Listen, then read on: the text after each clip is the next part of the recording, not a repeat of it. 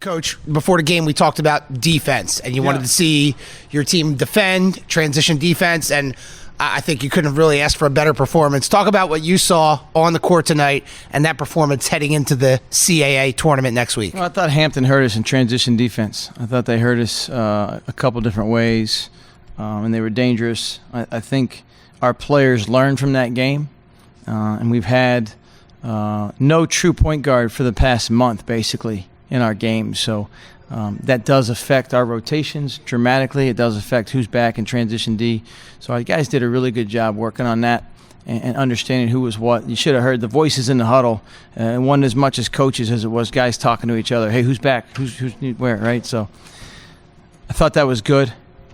And, I thought we had a pretty mature approach. It was a good start to the game, right? I think we were up 9-2 at one point, and I thought our start to the second half really was a big chunk. I thought they played a little bit different defensively. I thought we were ready for that adjustment. Our guys recognized, and the quality of our shots in the second half were really good. Looking at the offense, Yame Butler again, 22 points. He's averaged 20 points a game over the last 6. What has he meant to this team offensively with all of the injuries that you've had over the last month or so? As we started the season, I think we probably would have said Yame Butler more off the ball. Shane Blakeney as a combo guard that could really play the point and did at times. Certainly Jamie and Justin. So are we on our fourth point guard or not? I don't know to say that, but I think Yame has jumped into a spot, into a role, and really handled it about as well as you could. He's playing a lot of minutes. He's not healthy. He's part of our injury report. I'd love to see him at 100%, but he's just gutting it out, and I'm very appreciative of that. He's having to handle the ball against a lot of pressure, so that's always a challenge. But, I messed him up. I was trying to call a play, dribbled over half court. We just kind of threw it out of bounds. So he really had 4 turnovers tonight, but you can't ignore his ability to score. I think we've won different ways over the course of the season. We've won with pure toughness and defensive effort, holding LaSalle to 0 points in overtime. Jamie and Justin just really, really tough on the ball. And Train had some great defensive performances. But now we've had to score it a little bit in some different ways. And Yame's has really answered the bell to do that. Amari had his usual night, block shots, rebounds, but I thought one of the big differences that allowed you to really get a big lead was the play of Mate Okrus and Luke House.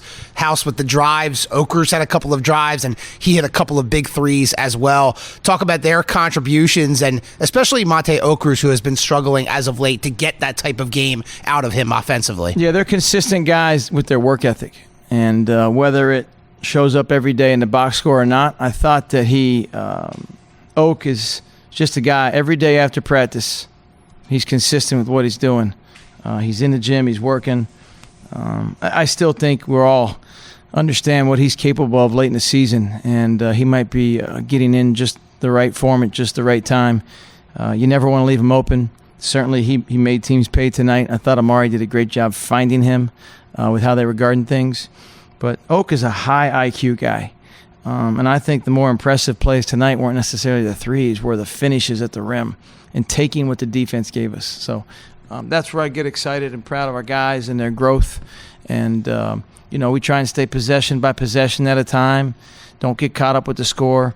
We guard how many times we get 3 stops in a row. We had a number of bricks tonight. We had some tough plays. I thought Amari did a great job. A lot of rebounds, I thought, out of his area. He's going up and getting those things up where no one else can get him and bring him down. Those are such big plays. Coach, your squad ended 8-1 in conference play at the DAC.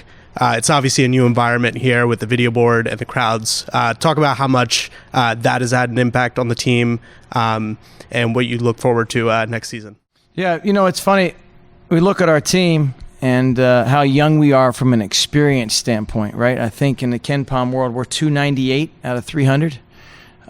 So there are some veterans, but veterans that haven't played a lot in their roles. Coltrane missed a whole year at one point in time. So guys in new roles, and with that experience, there's a little bit of youthful excitement, right? So they're fired up to get out there and do things.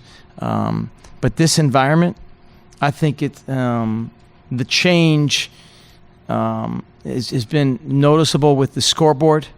We're very thankful for what the scoreboard has done to the environment. It has energized the crowd when the game isn't going on, and when the game's going on, you can see things a little bit more in the replay standpoint. The fan engagement level, I don't think has been higher in my 7 years here, and I'm excited for them when they do come in league play. They only saw one loss, and that was a hard-fought double overtime game, down some guys, people were hurt, and we kept scratching and clawing. So I would love to think that everyone that had that experience this year would want to come back and see our guys, and hopefully make that trip down to D.C. and let's turn the entertainment and sports arena into the DAC South if we could. Right? So it's a great effort. Very proud of our guys. And, earlier today somebody was on the phone with me and said, hey, with this win today, it's going to be your third straight overall winning season in the first time in 18 years. They said 2 best seasons, whatever, in a while for Drexel. And then I said, hey, Mom, how you doing?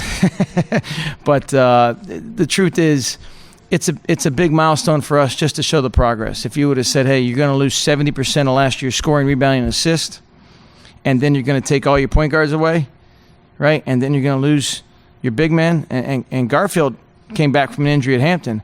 A couple of big men that you turn around and be able to have a winning record in league play and show some stuff. I think there's a lot of positive arrows pointing and momentum moving forward for our program. I'm excited to not be 298 in experience in Ken Palm next year and what we can bring back. So hopefully this is a springboard to our success. And it's great too. You talk about the arena and the feel and the sound system and the music and the DJ, right? There's more students at the game consistently. There's more people coming out from different communities. I love it. I love it. And guess what happens? When that happens and we have success and we win, the student-athlete experience goes up. And we had a recruit in today. And he loved it. And he says, wow, this is incredible. So a engaged fan experience with the scoreboard and environment like we have right now, it just, the ripple effect is endless. And it helps us in so many different ways for our program, right? This is a small venue, and we love it. And it's our venue, and it gets loud, and we don't apologize for that. To be up whatever the score was today, and the fans are still yelling defense, trying to get stops, that's what the college basketball experience is about. And hope everybody takes a little bit of pride in our home record, not just our players, but our fans, students, and those that come out in the West Philly community. You know what I want to do? You know how St. Joe has they have like gray alternate jerseys, and it says Hawk Hill? What would you think if we had a uniform that just said the DAC?